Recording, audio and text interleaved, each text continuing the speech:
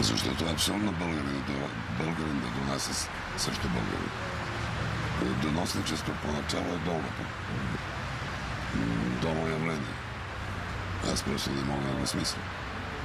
Знаете ли, аз не бих имал нищо против, ако хората от това сдружение България без дим отидат в някое заведение, видят човек, който пуши, излезат лице с лице срещу него и му кажат: господине, забранено е, има закон, спрете да пушите.